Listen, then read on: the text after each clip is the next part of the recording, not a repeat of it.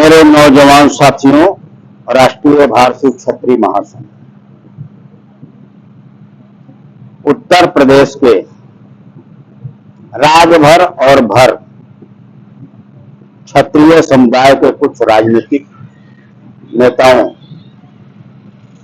द्वारा अपने समुदाय के लिए अनुसूचित जनजाति के दर्जा की मांग का आलोचनात्मक मूल्यांकन उत्तर प्रदेश में राजभर और भर क्षत्रिय समुदाय के रूप से के कुछ राजनीतिक नेताओं द्वारा जानबूझकर निचली जाति आधारित आरक्षण प्रणाली की लाभों के लिए झूठे लालच में अपने ही समुदाय के लिए एसटी दर्जे की मांग को दिखाना बेहद दुर्भाग्यपूर्ण है। या अनजाने में अपने राजपूताना गौरवशाली अतीत का बलिदान देने का प्रयास कर रहा है। यह सर्वविदित है और स्वयं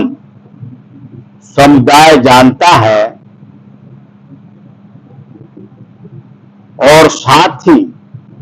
राष्ट्र द्वारा अच्छी तरह से स्वीकार किया गया है कि सवर्णों के सबसे बहादुर उच्च सभ्य शासक वर्ग, जिन्हें भारतीय क्षत्रिय राजपूत योद्धा कहा जाता है। मेरे साथियों, उक्त समुदाय के पूर्वजों ने भारतीय क्षेत्रों की रक्षा के लिए अपना सब कुछ बलिदान कर दिया था और इसका सनातन धर्म हिंदुत्व शुरुआत से ही 668/711 ईस्वी से उन इस्लामिक आक्रमणकारी हमलावरों द्वारा भारत पर पहले आक्रमण के बाद से ही उन हमलावरों के खिलाफ रक्षा की पहली पंक्ति मजबूती से खड़ा है। ऐसी वीर बहादुर जाति है ये भर और राजभर, जो इस समय भारतीय क्षत्रिय कहलाती है। तो मेरे साथियों, लेकिन सबसे बहादुर भारतीय क्षत्रिय राजपूत योद्धा, उन्होंने भारत पर विदेशियों के शासन को कभी स्वीकार नहीं किया। इससे भारत पर अन्य सभी विदेशी हमलावरों शासकों सहित उन अरबों और यूरोपीय लोगों के खिलाफ उच्च स्तर की आक्रामकता बढ़ गई। मेरे साथियों,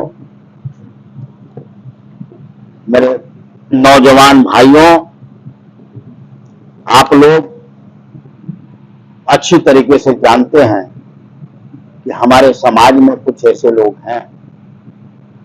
जो समाज को ऊपर उठने में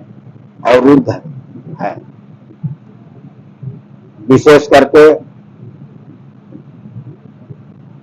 जो ये मांग करता है अनुसूचित जनजाति एसटी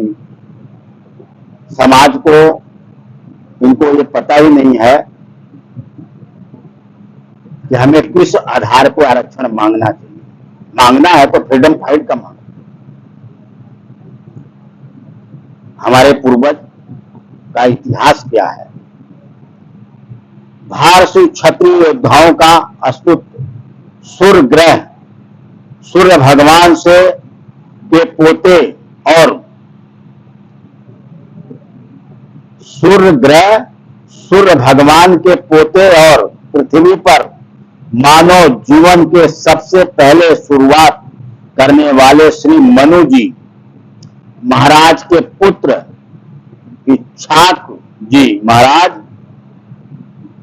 के काल की शुरुआत से ही था।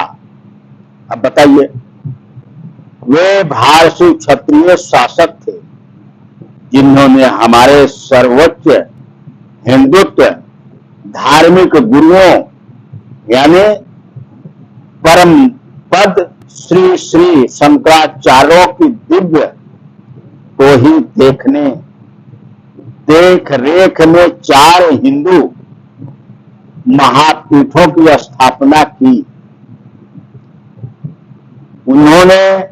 पूरे बृहद भारतवर्ष में कई अच्छी तरह से प्रबंधित हिंदू मंदिरों का पुनर्निर्माण किया था, जो पृथ्वी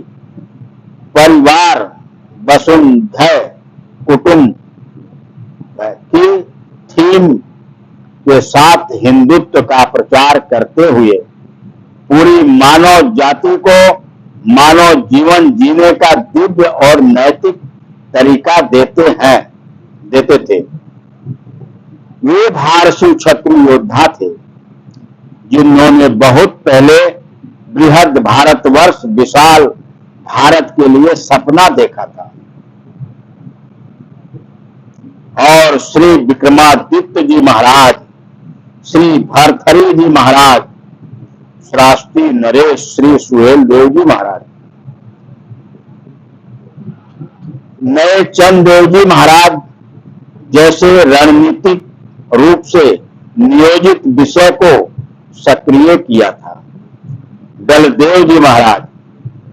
आप लोग नाम सुनिए कि आपके कुल के कौन कौन से लोग हैं। भारद्वाज देव जी महाराज और श्री सुहेलदेव जी महाराज, सुरहा जी महाराज और आदि यह सर्वविदित है कि वे भारतीय क्षत्रिय योद्धा शासक थे जिन्होंने उन कुषाणों को पराजित करने और बाहर निकालने के बाद काशी वाराणसी में पवित्र नदी गंगा जी के पवित्र तट पर अश्वमेध घाट के नाम से 10 अश्वमेध यज्ञ करवाया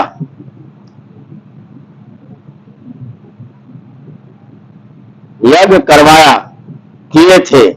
उत्तर प्रदेश ने भारत से उत्तर प्रदेश में एक अनुकरणीय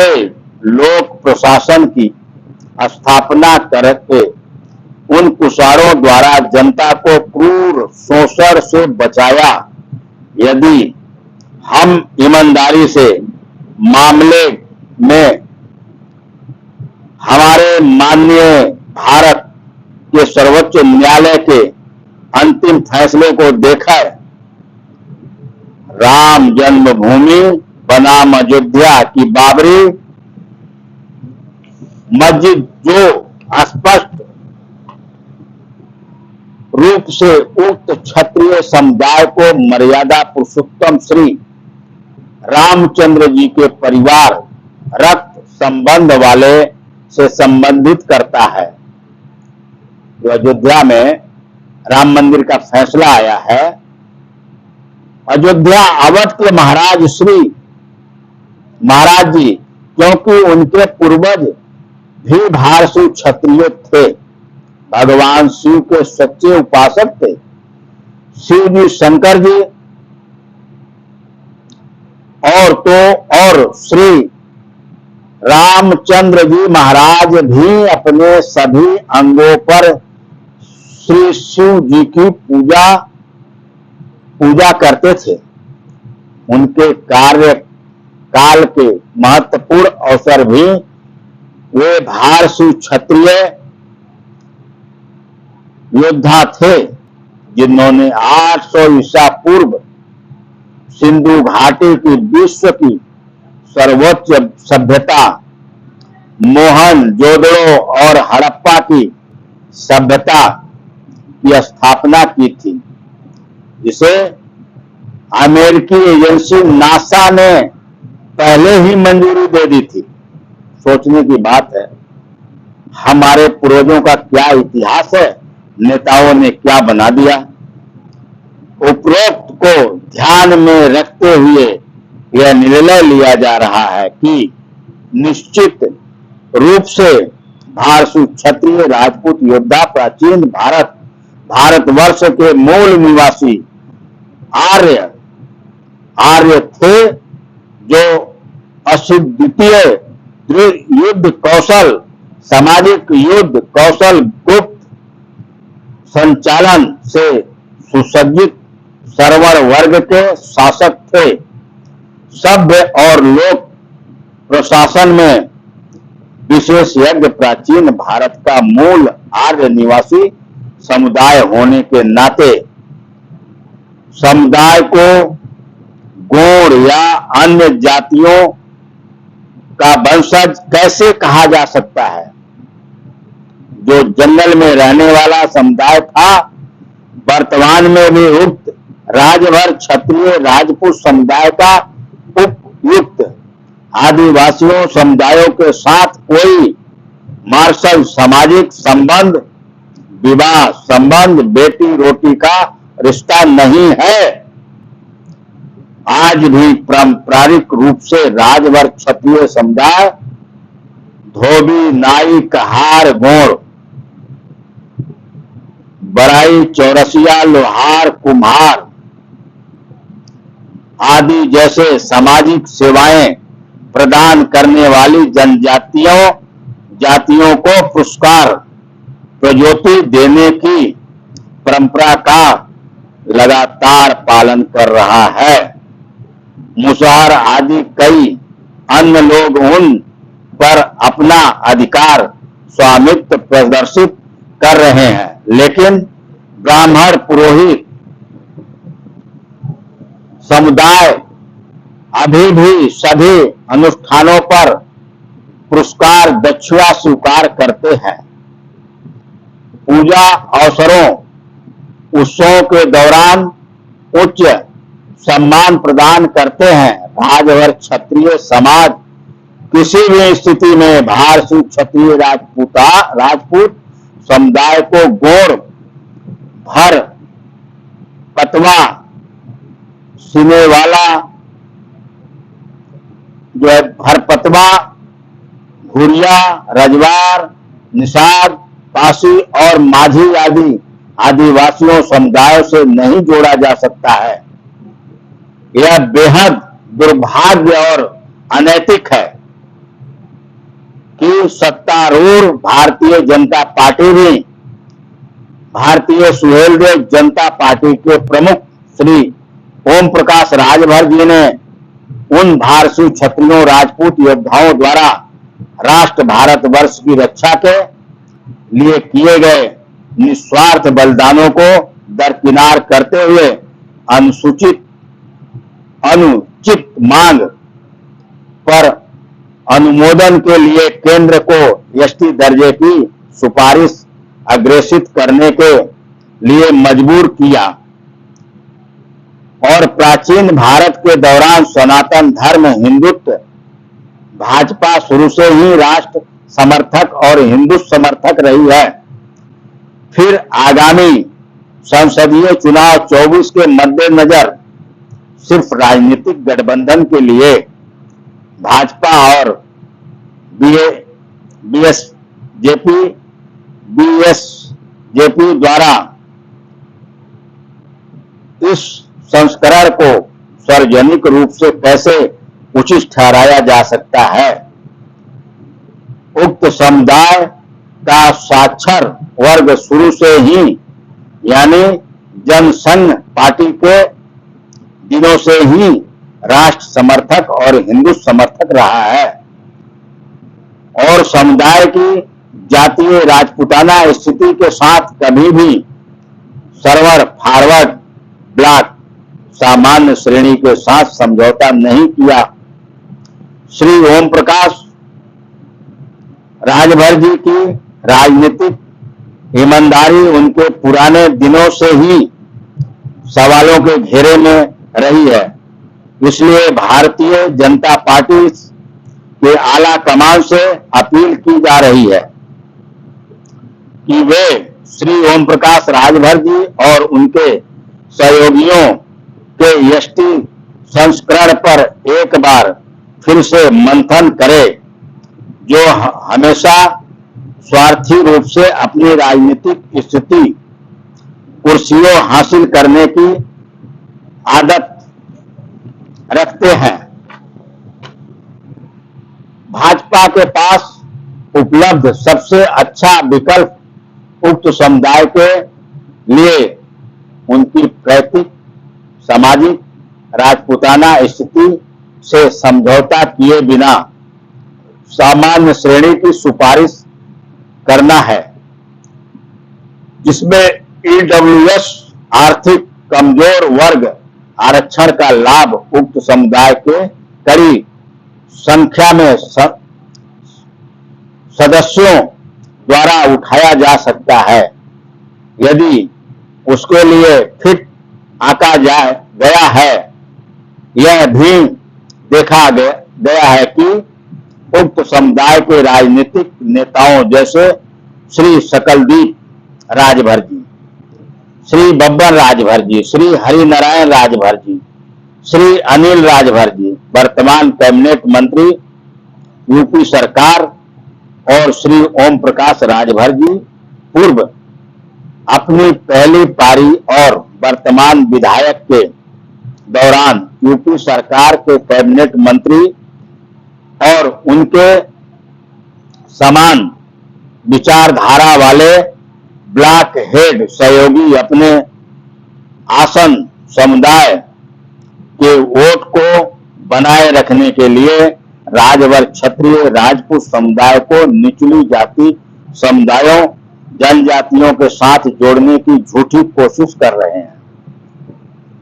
बैंक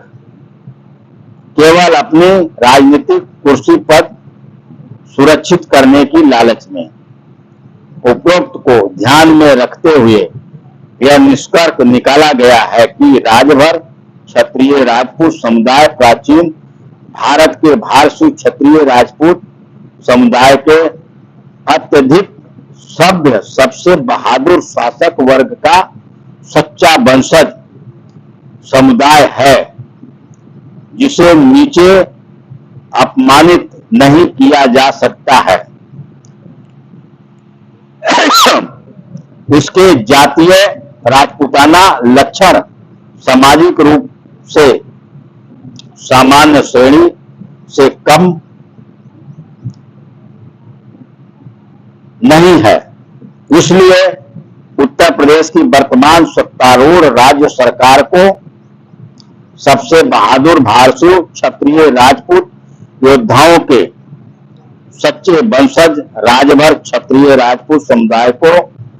अनुसूचित जनजाति का दर्जा देने के संबंध में केंद्र सरकार को अपनी सुपारिश भेजने से पहले इस विषय पर ईमानदारी से सटीक विचार